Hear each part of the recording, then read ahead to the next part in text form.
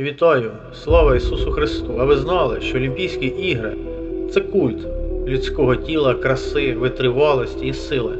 В античності Олімпійські ігри присвячувалися бісам, всьому пантеону греко-римських богів, на чолі з Зевсом, Сатаною.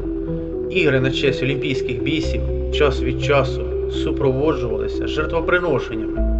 Коли прийшло християнство, Олімпійські ігри були заборонені в кінці IV століття імператором Феодосієм, як язичницькі. Ігри відновилися через 15 століть і зараз на Олімпійських іграх промовляють молитви, ви уявляєте, Аполлону і Зевсу, щоб Аполлон запалив священний факел. Аполлон – це променистий, світлоносний або по-іншому Люцифер. І багато спортсменів заради цього культу кладуть своє життя на жертовник, і багато з них, на жаль, залишаються інвалідами. І це є жертви біса.